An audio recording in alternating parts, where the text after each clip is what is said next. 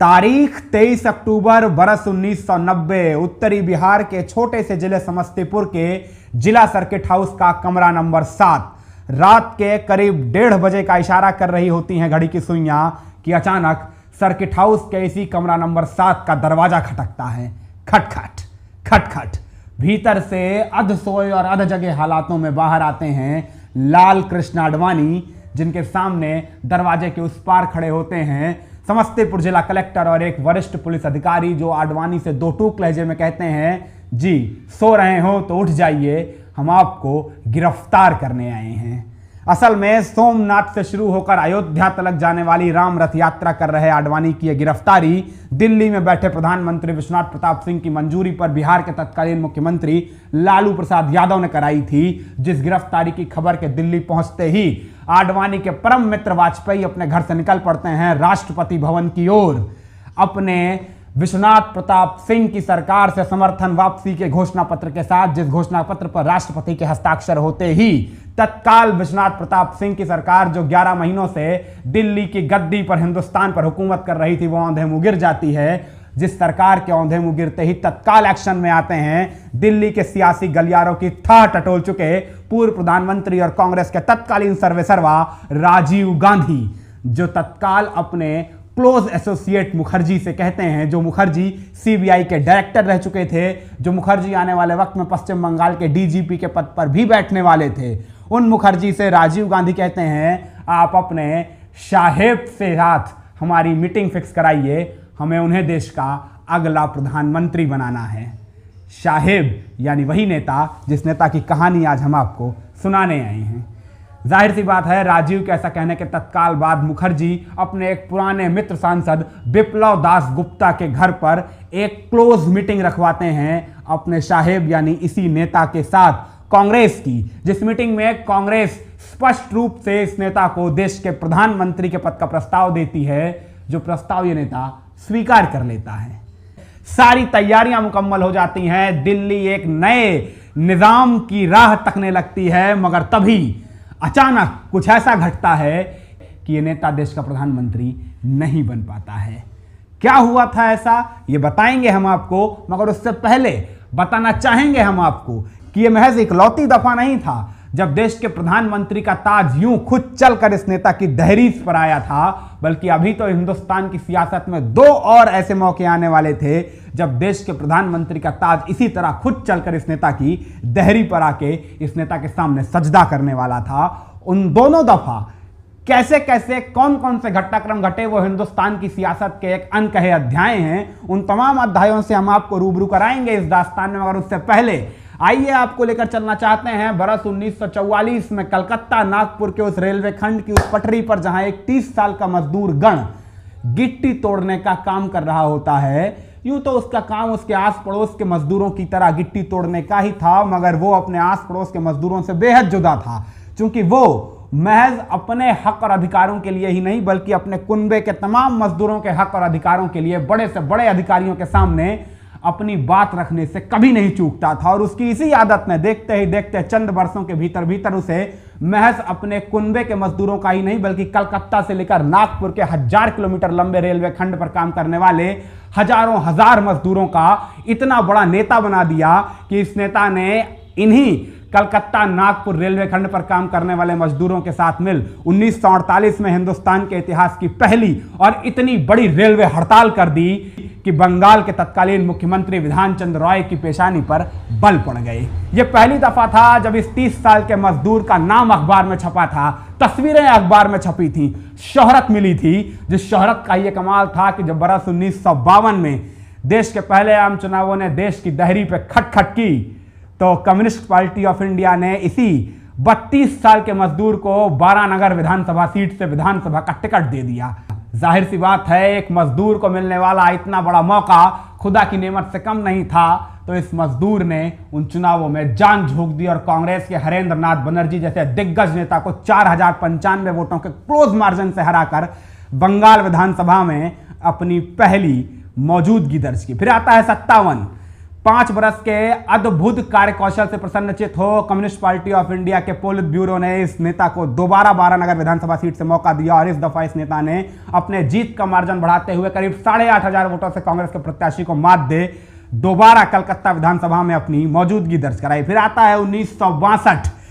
Communist party of India Marxist एक दफा फिर इस नेता पर भरोसा दर्ज करती है, दोबारा रही तिबारा बारानगर विधानसभा सीट से इस नेता को विधानसभा का टिकट देती है और इस दफा भी पार्टी आलाकमान को निराश न करते हुए इस नेता ने अपनी जीत का मार्जिन बढ़ाते हुए कांग्रेस के प्रत्याशी को करीब 13,500 वोटों से हराकर विधानसभा में तीसरी दफा अपनी इतनी सशक्त मौजूदगी दर्ज की कि इस नेता की कार्यकुशलता पर मोहित कम्युनिस्ट पार्टी के पोलित ब्यूरो ने इस नेता को विधानसभा के भीतर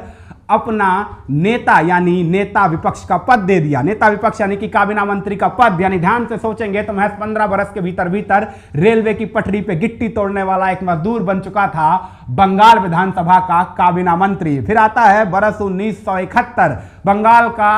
सबसे भ्रष्ट और फर्जीवाड़े के आरोपों में घिरा हुआ चुनाव, जिन चुनावों में कांग्रेस जीत तो दर्ज करती है मगर जनता की नजर में कांग्रेस की फजीहत इस कदर होती है कि बरस 1975 आते आते कांग्रेस के मुख्यमंत्री सिद्धार्थ शंकर रॉय की सरकार चलना मुश्किल हो जाता है। खैर इसी बीच देश में लगता है आपातकाल और इंदिरा विरोध के तमाम नेताओं की तरह इस नेता को भी हुगली किनारे कलकत्ता के कारावास के भीतर ठूंस दिया जाता है, मगर कलकत्ता के उस कारावास में इस नेता को जितनी कठोर यातनाएं मिली थी उसका 1000 गुना अपार आशीर्वाद जनता ने 1977 में रिहाई के बाद हुए बंगाल विधानसभा चुनाव के भीतर इस नेता को इस कदर दिया कि बरस 1977 में इसी 32 वर्ष की उम्र में कलकत्ता नागपुर रेलवे खंड पर गिट्टी तोड़ने वाले मजदूर की अगुवाई में कम्युनिस्ट पार्टी ऑफ इंडिया पश्चिम बंगाल की अपनी पहली सरकार बनाती है। बरस 1977 में कम्युनिस्ट पार्टी ऑफ इंडिया की बनी पहली सरकार कलकत्ता में शपथ ले रही होती है तो लाल परेड मैदान में कम्युनिस्ट पार्टी ऑफ इंडिया की ओर से मुख्यमंत्री के पद पर नामित यही मजदूर से नेता बना शख्स बंगाल के मुख्यमंत्री पद की शपथ लेता है। इस तारीख को अपने जहन में याद रखिएगा, 1977 जुलाई का महीना,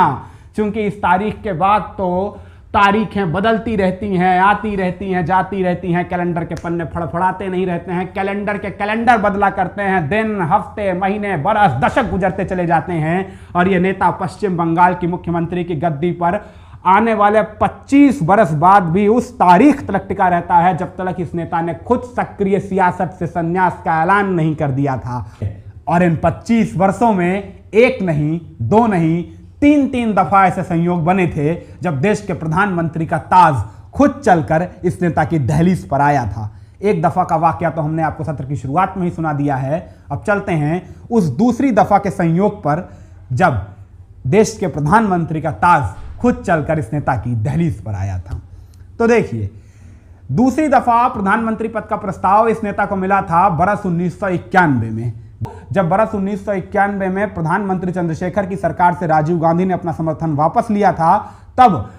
चंद्रशेखर की सरकार से समर्थन वापसी के बाद राजीव ने एक दफा फिर मुखर्जी से बात कर इसी नेता के पास यानी पश्चिम बंगाल के इसी मुख्यमंत्री के पास देश के प्रधानमंत्री के पद का प्रस्ताव भिजवाया था। इस दफा भी यह नेता प्रधानमंत्री बनने को राजी हो गया था, मगर फिर से वही घटना घटती है जो पिछले वाकये में घटती है और अचानक से यह नेता प्रधानमंत्री नहीं बन पाता है, बावजूद इसके कि यह नेता चाहता था प्रधानमंत्री बनना, राजीव चाहते थे इस नेता को प्रधानमंत्री बनाना। अब ऐसा क्या घट रहा था लगातार 2 दफा से कि जो प्रधानमंत्री बनाना चाहता है उसके चाहने के बावजूद, जो नेता प्रधानमंत्री बनना चाहता है उसके चाहने के बावजूद ये नेता प्रधानमंत्री नहीं बन पा रहा था। ये बताएंगे हम आपको, मगर पहले चलते हैं उस तीसरी दफा के संयोग को समझने की खातिर बरस 1996 के लोकसभा चुनावों के नतीजों की उस दहलीज पर जहां 13 स्थानीय दल दिल्ली में अपनी सरकार बनाने की खातिर यूनाइटेड फ्रंट यानी तीसरे मोर्चे का गठन कर रहे होते हैं और अपने प्रधानमंत्री के तौर पर विश्वनाथ प्रताप सिंह का नाम आगे कर विश्वनाथ प्रताप सिंह के दर पर उन्हें प्रधानमंत्री बनाने की खातिर उनसे मिन्नतें कर रहे हैं, मगर विश्वनाथ प्रताप सिंह ये कह के उन 13 दलों के नेताओं को अपने घर से बैरंग वापस कर देते हैं कि वो इस वक्त प्रधानमंत्री की कुर्सी नहीं स्वीकार कर सकते हैं। जिसके बाद जब वो 13 नेता वीपी से देश के अगले प्रधानमंत्री के तौर पर योग्य उम्मीदवार का नाम मांगते हैं तो वीपी पश्चिम बंगाल के इसी मुख्यमंत्री का नाम सुझाते हैं, जिसके बाद तीसरे मोर्चे का तमाम नेता थाल में सजाकर प्रधानमंत्री का पद इस नेता की दहलीज पर लेकर खुद आते हैं। इस नेता के आगे मिन्नतें करते हैं कि आप प्रधानमंत्री बन जाइए। ये नेता स्वीकार भी कर लेता है प्रधानमंत्री का पद, मगर फिर तीसरी दफा वही घटना घटती है और ये नेता एक दफा फिर देश का प्रधानमंत्री नहीं बन जाता है। अब जानता हूं जहन में सवाल कौन रहे होंगे कि आखिर ऐसा क्या है जो लगातार 3 दफा घट रहा है और तीनों दफा इस नेता के प्रधानमंत्री बनने की इच्छा के बावजूद इस नेता को प्रधानमंत्री बनने से रोक दे रहा है। तो असल में बात क्या है कि ये नेता महोदय अपनी पार्टी के बड़े अनुशासित कार्यकर्ता हुआ करते थे और इनकी पार्टी लगातार तीनों दफा इस नेता के प्रधानमंत्री बनने पर वीटो कर दे रही थी। अब जानता हूं जहन में सवाल कौन रहा होगा कि ये कौन सी बेवकूफ़ी की बात है भाई। अगर किसी पार्टी का नेता प्रधानमंत्री बनना चाह रहा है, उस नेता को प्रधानमंत्री बनवाने के लिए समूचे हिंदुस्तान की सियासत लगी हुई है, तो उस पार्टी को आपत्ति क्या हो सकती है? अजीब बेवकूफ़ी होगी। तो बिल्कुल बेवकूफ़ी ही थी इसकी पार्टी की, और ये हम नहीं कह रहे हैं, ये इस नेता ने खुद अपनी आत्मकथा में कहा था कि ये मेरी पार्टी की जिंदगी की सबसे बड़ी बेवकूफ़ी थी जो उसने मुझे प्रधानमंत्री नहीं बनने दिया। ये कह के कि जी अभी हमारी पूर्ण बहुमत की सरकार नहीं है, जब तक हम 272 का जादुई आंकड़ा हासिल नहीं कर लेंगे तब तक हम अपना प्रधानमंत्री नहीं बनाएंगे।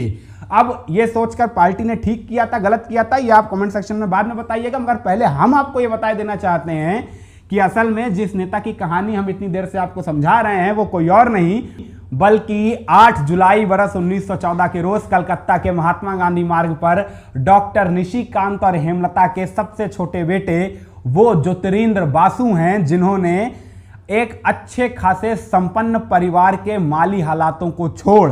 लंदन से बैरिस्टरी की पढ़ाई कर एक चमकदार बैरिस्टर के करियर को तिलांजलि देते हुए 1944 में कलकत्ता नागपुर रेलवे खंड पर मजदूरी करने का फैसला किया था, सिर्फ और सिर्फ इसलिए ताकि वो इस देश के मजदूरों की नब्ज समझ सकें, इस देश के मजदूरों की दर्द, उनकी टीस, उनकी पीड़ा समझ सकें।